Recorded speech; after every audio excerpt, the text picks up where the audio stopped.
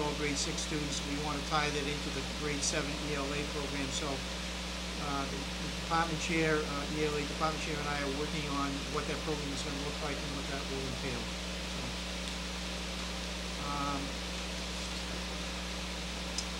again, on page 24, the general arts, you'll notice that we added health to the PE classes. And general arts is a definition there. I should note that I'm not sure why it's not here, but I need to add the listing of the courses in general arts, the art, music, and computer, so I'm going to add that to that second line there. I'm sorry, where?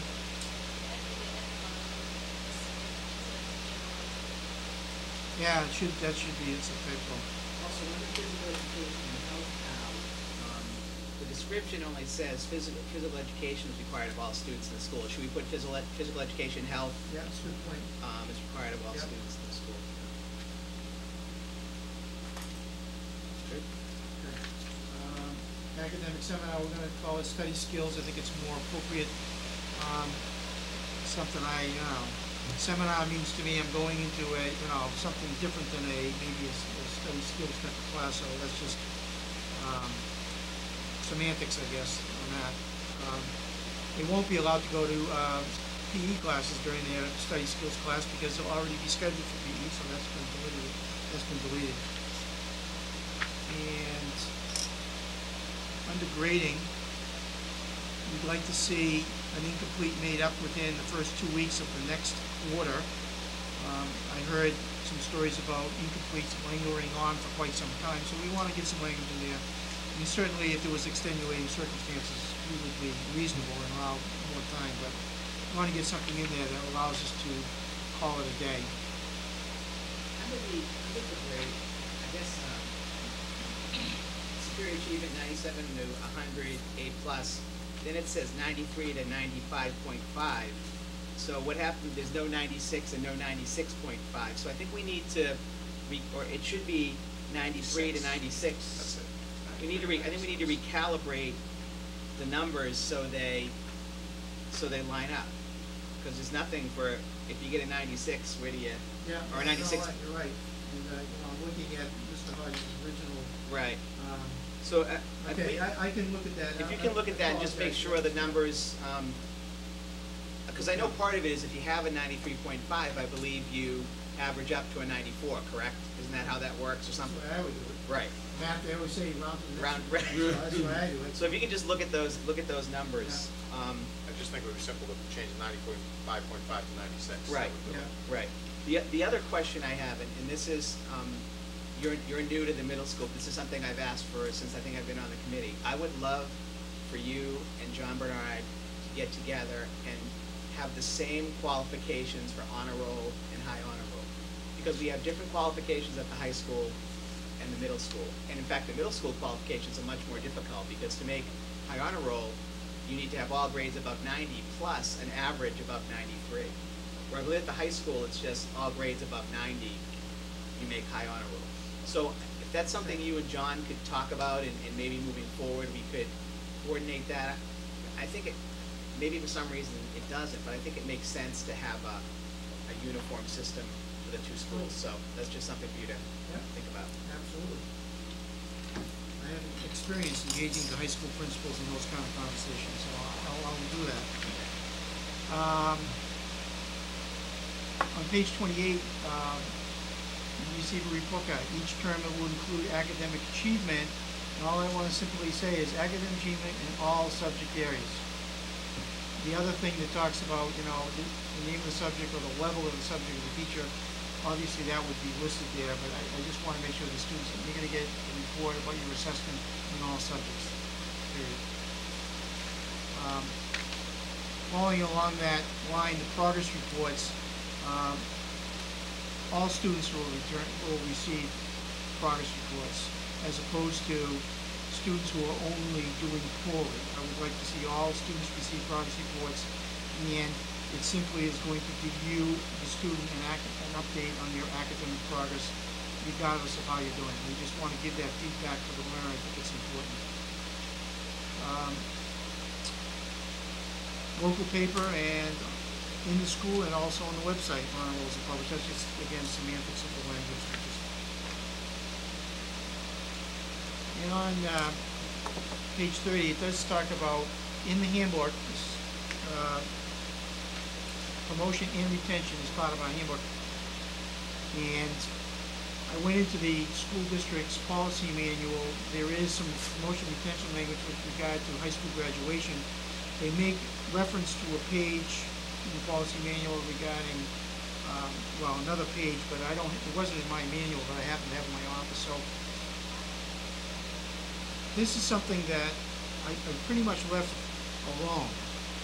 I think that we, as a faculty and staff and committee, we need to revisit that and perhaps make some philosophical decisions on what kind of retention policy, if we want one, what it would say, how we would, engage the learner, as opposed to just maybe cut and dry say if you fail 2 or more subjects, you're staying back. I think at the middle school level, you need to really engage that learner at the end of the second quarter. You have the indications. You know who they are pretty much. And you need to engage the parent. It needs to be probably a step-by-step procedure that, is more about supporting the learner as opposed to whatever other language. So I kind of left that alone. I know it's kind of highlighted there, but I think it's something we need to revisit. I need to get a sense from the faculty exactly how they believe in the retention policy. So quite honestly, that language really didn't change much. So you're essentially looking at setting up, in the middle of the second quarter, you're looking at students and you see some probably subject. Right.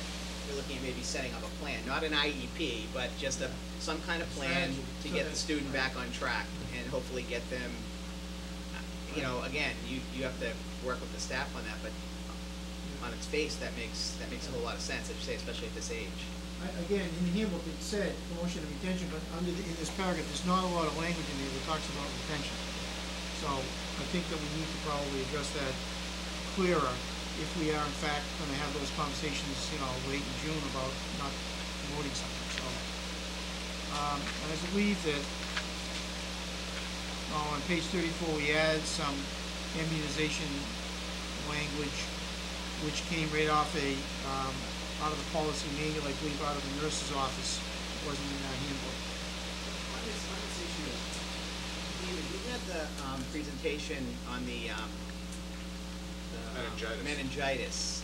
Is that something at this age that the kids are supposed to? What age is? And is that a requirement?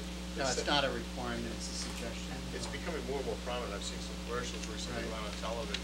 I'm wondering if children between the ages of 14 and 18, or 13 and 18. I'm wondering if we should make a suggestion about that in this same area, because we, John, we had a very good presentation by the school nurses about Scary presentation. very, frightening about the disease, and I know that I think they talk about it to the high school kids. In fact, I think the high school kids had a presentation this year on it. But I think they do talk about as young as 13 you can get the immunization for, is it bacterial or bacterial meningitis? So if it's something you could look into and maybe work with David on, Sure. if it makes sense to add something in there.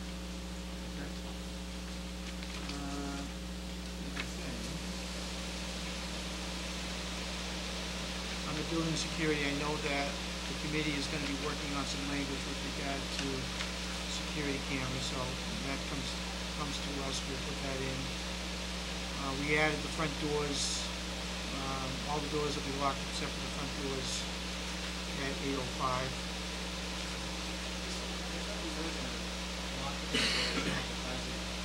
Yeah, I'm not sure, that's our goal, but again, we're in the middle of putting the equipment Installation, in, okay. and so then there's training and Okay. establishing routines and all that.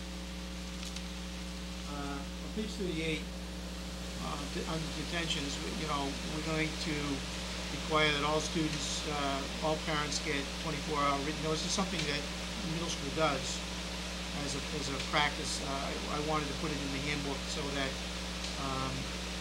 with the students at this age, they have to make arrangements for rides. I just wanted to make sure it was in the handbook. And the homework policy, if you will, consequences for students not doing homework, is receive a half-hour detention. I know this was something that the faculty had. It was in the handbook the year before last. It was taken out last year. Mr. Hodges felt very strongly that it should be placed back in the handbook. I don't have a good read on the faculty's feeling on that. I personally feel that homework detentions, if per se, is really an issue between a student and a teacher. I would expect that a teacher would be doing an awful lot of different things to engage students into their learning and doing their homework and communicating with the parents and et cetera, all those best practices. Obviously, in extreme cases where a student is just digging their heels in and just doesn't want to engage in learning, school administration, guidance, and other strategies could be put into place, including issuing of detentions. However, when you put something in the handbook that says any student who doesn't do their homework receives a half-an-hour detention, that's pretty hard to consistently enforce. Because if I'm a really good student, I do my homework on a day-to-day basis, but I forget my homework, I should get a 30-minute detention, because that's what the language says. So if now the teacher doesn't give me a homework detention, but he gives this other student a homework, now we have inconsistency. So I would like to remove that language, because when the teacher comes to me and says, I'm having a problem with this student not engaging in learning, we will sit down, we will strategize, we will use different structures to help that student, including appropriate consequences when they're necessary. But to hand tie yourself into a policy that says anyone who doesn't do their homework gets an half-an-hour detention, I don't think is good language for him. So is there anything at all about missing homework and that? Well, there was this plan that you've seen before, this was Right. plan that you for last. Right. It is not, because, again, I don't really have a good, I'm not opposed to it. I think that in a lot of cases it can be a good thing. But sometimes, in my experience, I find that when you have a policy first time, second time, third time, and faculty and staff are not following that to the letter, it gets to be very inconsistent and disjointed. So we could be sending out mixed messages. So Because I'm just looking for something that says homework is a required part of our academic achievement or whatever at the school. Failure to, is there something like that in here already? yes, Okay. when you look back under the responsibility to your education, there was some specific language in there. It talks about a parent homework handbook. It talks about not doing your homework as a negative. Okay, as long as that's Right. in there. Right. Because I agree with you having a little bit more of a free hand in terms of defining penalty. If you have a student that's a habitual offender, that's one thing, and you have a kid who's done his or her homework 100 times in a row, and they actually leave it on the table when they leave that morning. That's a whole. Those should not be treated equally. So I think. Again, in the paragraph above, when we talk about detention, there's actually going to be a after-school obligation form. Teachers are free to use those at their discretion.